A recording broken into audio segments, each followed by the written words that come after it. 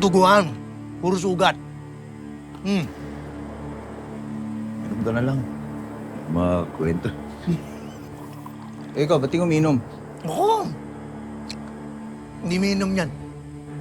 Hindi yan. Ito mo ininom juice, oh. Hindi mapipilit yan. Kaya nga paborito ni Lola Grasa ngayon yan, eh. Kasi walang bisyo. Oo. Yan na, bagong bunso ni Lola Grasa ngayon, hindi na ikaw. Dong, baka naman mamaya maniwala si Benjo na wala naman ganun. Hindi totoo yan. Hindi naman ako nakikipagkompetensya. Ha? Wala. Okay. Yan mo. Ano mo si Lola?